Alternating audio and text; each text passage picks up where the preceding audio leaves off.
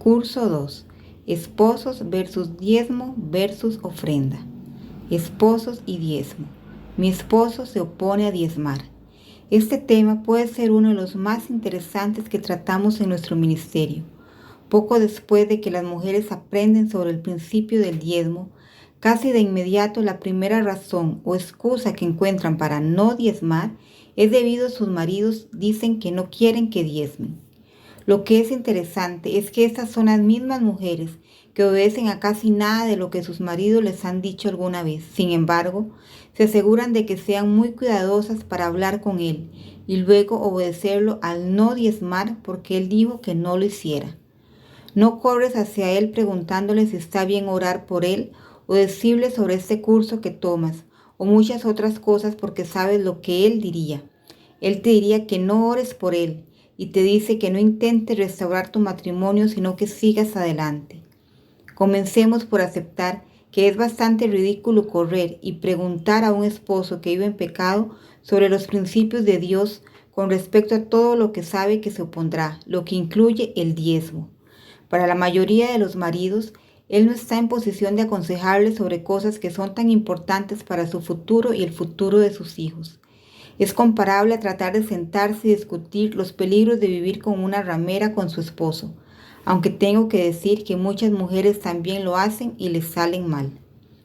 Si actualmente estás separada o divorciada, esta es una de las bendiciones que puedes agregar a tu lista de peores escenarios que hiciste la vez anterior. Si su esposo se ve ahora mismo, significa que usted es absolutamente libre y está obligado a diezmar en su nombre y cierra la puerta que se abrió permitiendo que el enemigo le robe, tal vez como el Señor me mostró que hiciera cuando estaba separada. Incluso antes de divorciarnos y tener dinero que él me dio y un pequeño ingreso, nunca le hablé a mi marido ni una vez. Tampoco le dije que estaba orando para que él volviera a casa o que estaba orando por su salvación. Si le hubiera contado sobre alguna de estas cosas, sé lo que él hubiera dicho en ese momento. No, absolutamente no. No reces por mí y no des ningún dinero, lo necesitas. La iglesia tiene suficiente. No fue hasta justo antes de que él volviera a casa y me preguntó cómo pude tener tanto, hasta el punto de que realmente comencé a ayudarlo y a la otra mujer con dinero, comida y darles mi camioneta cuando ambos de sus autos se estropearon. Y es porque vio lo que estaba sucediendo, que yo no le dijera nada, que estaba muy abierta a hacer lo que podía ver estaba funcionando una vez que regresó a casa. Para colmo, el Señor lo orquestó para que mi esposo asistiera a un seminario cristiano avanzado conmigo, el que mencioné que todos los pastores estaban allí para ver lo que el Señor había hecho. ¿Y creerías que la protección del diezmo fue uno de los temas? A partir de ese momento, él fielmente diezmó. Si no hubiera hecho lo que sabía que era correcto y hubiese seguido lo que mi esposo me dijo, evitaría que el enemigo me robara a mí, a mis hijos y a nuestro futuro.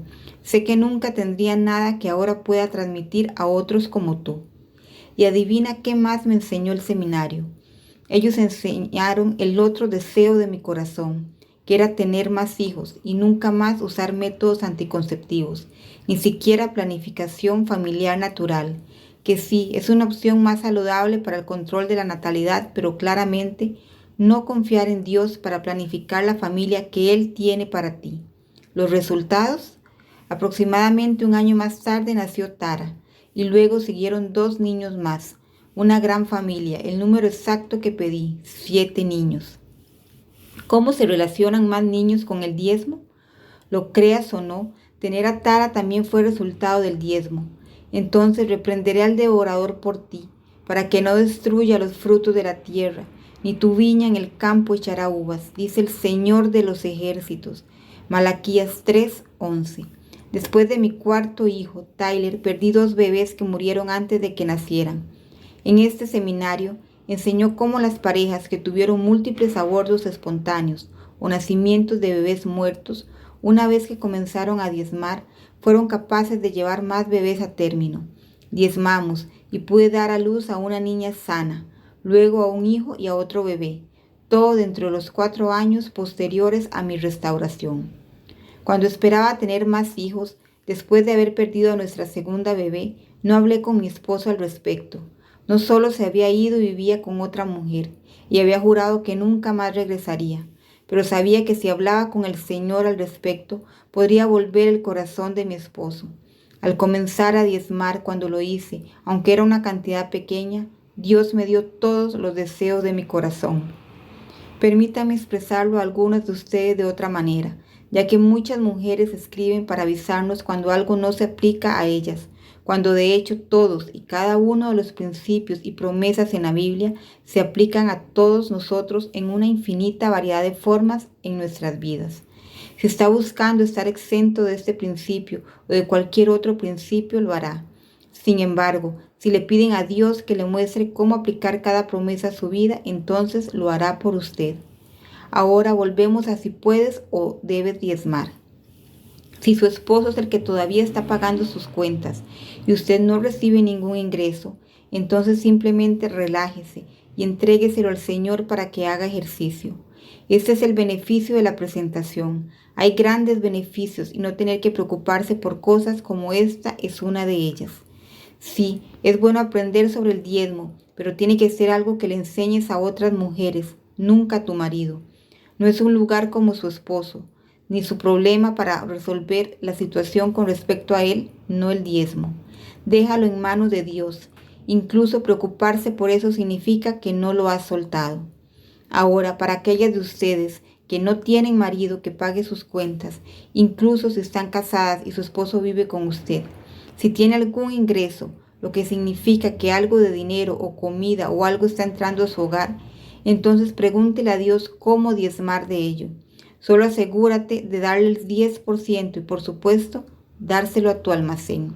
En este punto, RMI debería ser tu almacén, así que dé el 10%, cierre la puerta al devorador y confíe en Dios cuando Él diga y traiga el diezmo completo al alfolí, para que haya comida espiritual en mi casa, y pruébame ahora en esto. Dice el Señor de los ejércitos, si no te abro las ventanas del cielo y derramo para ti una bendición hasta que desborde, entonces reprenderé al devorador por ti, para que no destruya los frutos de la tierra, ni tu villa en el campo echará uvas.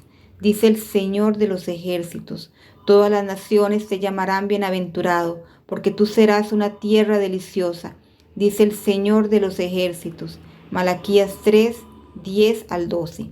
Si eres como yo, durante un tiempo solo tuve los cupones de alimentos para diezmar, pero debido a que diezmé, los ingresos comenzaron a llegar poco después. Si esta es su situación, asegúrese de avisarle a su ministro para que ustedes dos juntas puedan buscar a Dios por sabiduría. Ya no estás bajo la ley, así que no te estreses. Sin embargo, si su corazón quiere dar, diezmar y diezmar a su almacén, Él le mostrará el camino y nosotros podemos ayudarlo si usted lo necesita. Una vez más, asegurándonos de que tenemos claro esto, así como probablemente no corrió con su esposo preguntándole si estaba bien completar nuestro cuestionario de evaluación matrimonial o si estaba bien con él si buscaba ayuda para su matrimonio, sería una tontería correr hacia él para pedirle permiso para comenzar a diezmar a su nuevo almacén, ya que no hay duda de lo que haría. Esto significa que si usted está empleada, entonces es libre de diezmar de sus propios ingresos y una vez más, por favor, no cometa el mismo error de correr para pedirle a su esposo su permiso, que es una trampa en la que muchas mujeres caen, porque una vez que preguntas debes obedecer. Si su esposo le da un subsidio o manutención, entonces diezme 10% sobre eso. Recuerde, lo que está intentando hacer es tapar o llenar el espacio en la pared donde el enemigo puede entrar. Aún más difícil de explicar es cuando las mujeres escriben en sus formularios que no se sienten bien sobre el diezmo cuando no trabajan, pero sus maridos les piden que manejen las finanzas. Entonces ellas concluyen que no deben diezmar. La razón por la cual esta forma de pensar no se sostiene es que los maridos esperan que sus esposas paguen fielmente todos sus compromisos financieros. Entonces, ¿por qué una esposa no puede pagar la más importante, la que no puede resultar en no pagar las cuentas y evitar que un desastre golpee a su familia? No omita ni se sienta culpable por el compromiso financiero más importante, que para Dios es que Él diga, no lo que decimos, que le asegurará que tiene suficiente. El único compromiso que es mejor que cualquier pago de seguro, porque es el pago de la garantía del Señor, tal como lo aprendimos ayer. Y adivina qué, la culpa no es de Dios. Solía pensar que la culpa era buena, pero después de conocerlo tan íntimamente como lo hago ahora, sé que todos los sentimientos negativos no son de Dios. Dios produce convicción, que no es nada cercano a la culpa o la vergüenza o la condena.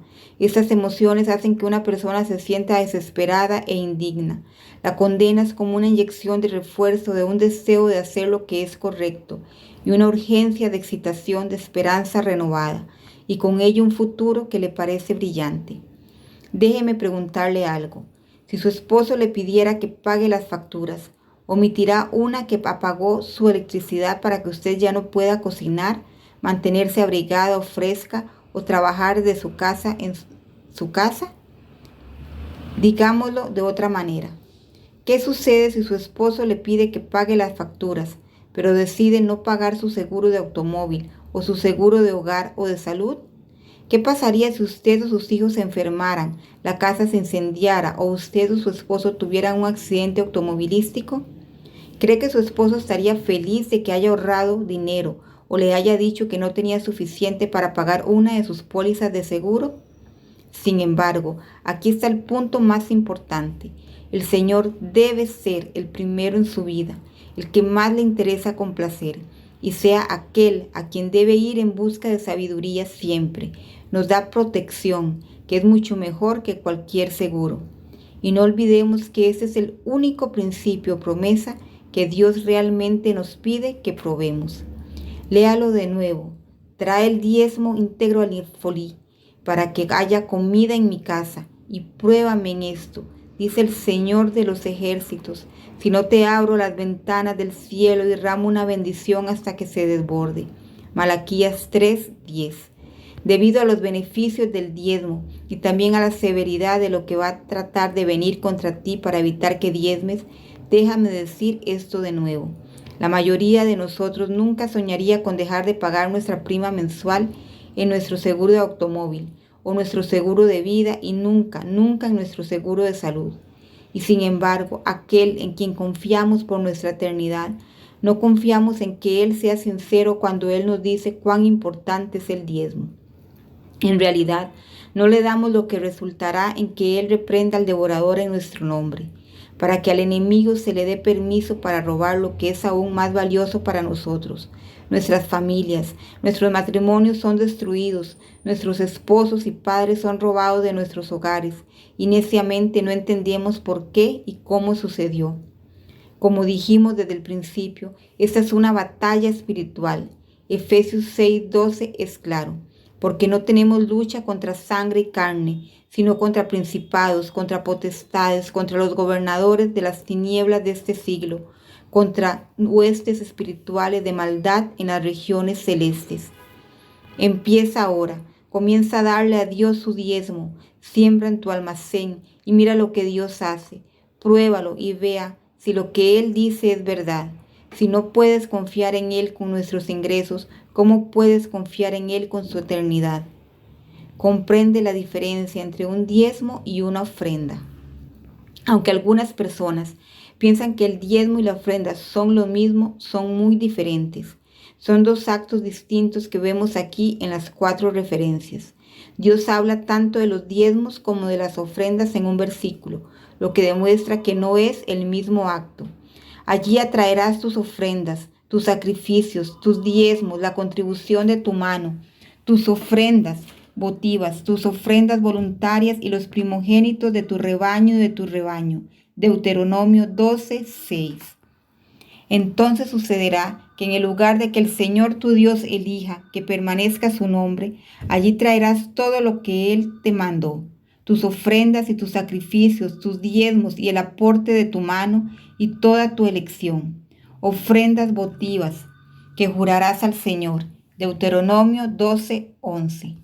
Le prepararon una habitación grande, donde antiguamente ponían las ofrendas de grano, el incienso, los utensilios y los diezmos de grano, vino y aceite prescritos para los levitas, los cántores y los porteros, y las contribuciones para los sacerdotes. Nehemías 13:5. ¿Has robado a Dios? ¿Robará un hombre a Dios? Sin embargo, me estás robando. Pero dices, ¿cómo te hemos robado? En diezmos y ofrendas. Malaquías 3:8. El último versículo en Malaquías es el versículo que generalmente compartimos con nuestras compañeras que están fielmente diezmando, para llevarlos al siguiente nivel de bendiciones. Antes de que pueda comprender el significado de una ofrenda y la bendición que fluye de este principio, es importante que primero aprenda y comience a diezmar. Como los bebés recién nacidos anhelan la leche pura de la palabra para que así crezcan con respecto a la salvación. Primera de Pedro 2:2. Antes de que un nuevo creyente esté listo para comer alimentos sólidos, ellos, como un bebé recién nacido, deben comenzar con la leche pura de la palabra de Dios.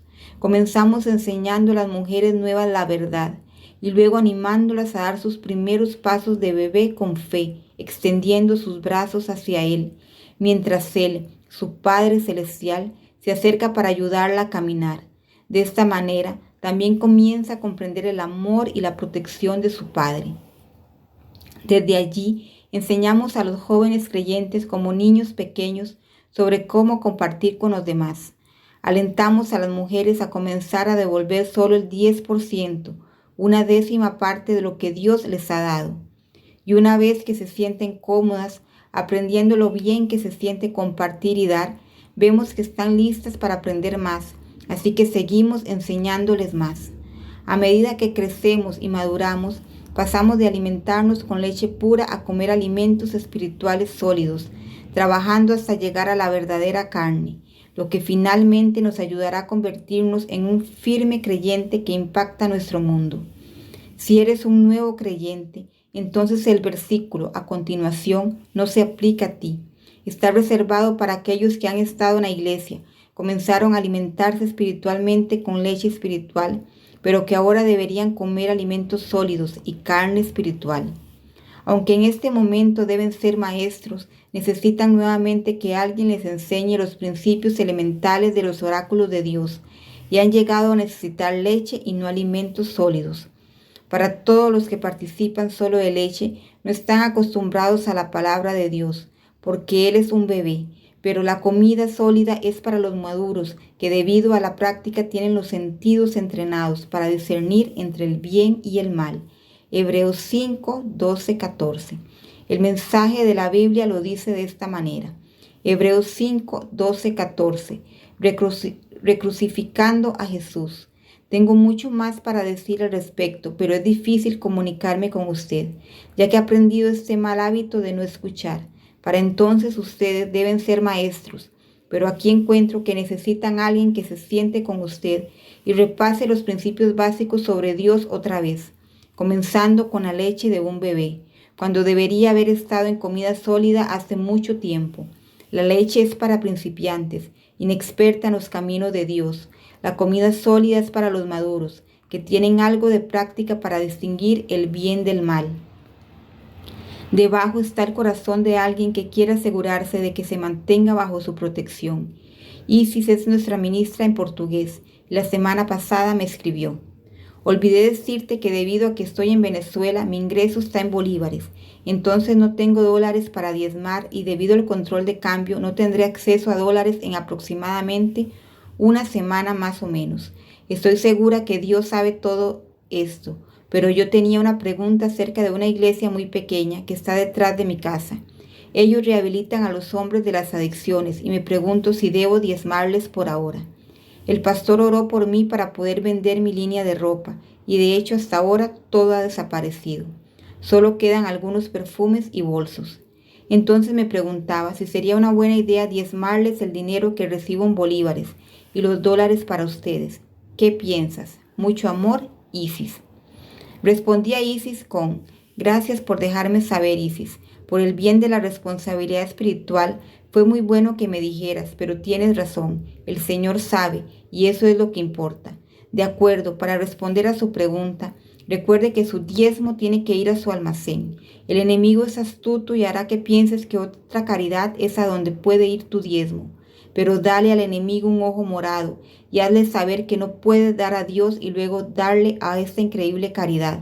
Pero no lo llames diezmo, porque se llama ofrenda, y esto también produce múltiples bendiciones. Malaquías 3:8 habla sobre ambos diezmos y ofrendas cuando dice: un hombre robará a Dios, sin embargo me estás robando, pero dices: ¿cómo te hemos robado? En diezmos y ofrendas. Así que cuando obtengas tus dólares, diezma la cantidad total, la confianza de Dios para dar una ofrenda a esta rehabilitación que está haciendo tanto bien. Creo que esto es porque Él quiere aumentar su ingreso. Gracias, Isis, Erin. Y conocerán la verdad, y la verdad los hará libres. Juan 8:32.